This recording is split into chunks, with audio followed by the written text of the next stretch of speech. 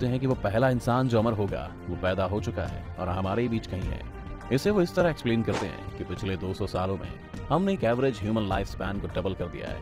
मान लीजिए कि आज से 10 साल बाद कोई ऐसी दवाई बन जाती है जो आपकी लाइफ को 4 साल के लिए और बढ़ा देगी। उन 4 सालों में कोई ऐसी दवा बन जाएगी जो शायद आपकी जिंदगी को 10 साल और बढ़ा दे। 10 साल बाद कोई ऐसी दवा बन जाएगी जो उसे 15 साल और बढ़ा दे। 15 साल बाद कोई ऐसी दवा जो उसे 50 साल तक बढ़ा दे। अगर हम इसी तरह साइंस के फील्ड में तरक्की करते जाएं और इस ग्राफ को देखें तो टेक्निकली आप अमर हो जाएंगे।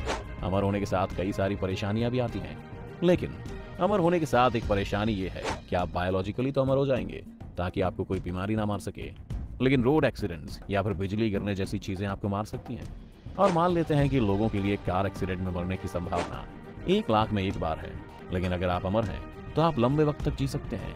इतने लंबे वक्त तक कि शायद आपके लिए प्रोबेबिलिटी उतनी छोटी ना हो जितनी बाकी लोगों के लिए है। आप हर साल 100 बार भी रोड पर निकलते हैं तो 1000 साल में एक ना एक बार तो आप रोड एक्सीडेंट का शिकार होंगे ही। चलिए छोड़िए, अमर होने के साथ दूसरी परेशानी को देखते हैं। अगर आप कभी ना मरे तो लोगों को ये लगता है कि उनके पास सदियों का ज्ञान आ जाएगा, उन्हें सारी हिस्ट्री की नॉलेज होगी। इस बीच वो नई लैंग्वेजेस सीख सकते हैं, नई स्किल्स डेवलप कर सकते हैं वगैरह वगैरह।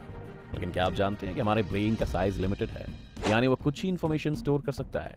एक एस्टिमेट के मुताबिक हमारे ब्रेन की स्टोरेज कैपेसिटी 2.5 पीटाबाइट है, यानी कि 25 लाख जीबी, जिसका मतलब ये है कि अगर आप अमर हो जाएंगे तो धीरे धीरे पुरानी चीजें भूलने लगेंगे। अमर होने के साथ जो तीसरी परेशानी है वो भी लगाव से ही जुड़ी है। अगर आप अमर हो जाएंगे तो इसका मतलब है कि जिस भी इंसान से आप प्यार करते हैं, आप उसके बाप, भाई, दोस्त, बहन, लवर्स सभी एक दिन मर जाएंगे और आपको ये सभी मौतें देखनी पड़ेंगी।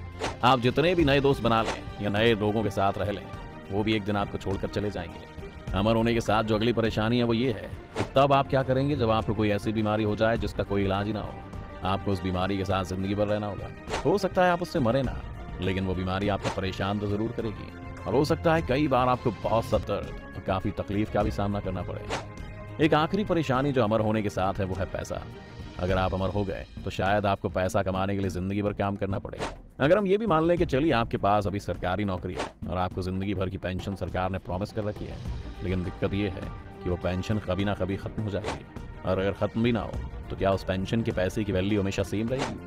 1950 में अगर किसी इंसान को 100 रुपए की पेंशन मिल गई थी तो क्या वो 2022 में भी 100 रुपए की पेंशन में अपना गुजारा कर पाएगा? जरा सोचिए। अमर होने पर अगर आप एक सक्सेसफुल बिजनेसमैन भी बन जाते हैं जो बहुत पैसा कमा लेगा, तो दिक्कत तो ये है कि आप इतने साल जिएंगे कि उस बिजनेस का फेल होना तय है। ऐसी कोई कंपनी या कोई बिजनेस नहीं है जो हजारों या लाखों साल तक चल जाए, क्योंकि हो सकता है कि कोई वॉर हो जाए जिसमें आपका बिजनेस ठप पड़ जाए, या ये भी मुमकिन है कि दुनिया इतनी बदल जाए कि आप उस बात की सेंस ही ना बना सके। उदाहरण के तौर पर आज टीवी पर चलने वाली ज्यादातर एड्स किसी न किसी ऑनलाइन ऐप को प्रमोट कर रही हैं। अगर आप किसी ऐसे बूढ़े आदमी को एड्स दिखाएं जिसे स्मार्टफोन्स के बारे में कुछ भी पता ना हो, तो उसे समझ नहीं आएगा कि कंपनीज क्या प्रमोट कर रही हैं।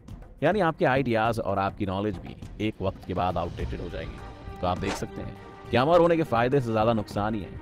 इसीलिए शायद बहुत से फिलोसोफर्स ये बात मानते हैं, जीवन का मतलब ही उसका अंत देता है। अगर ये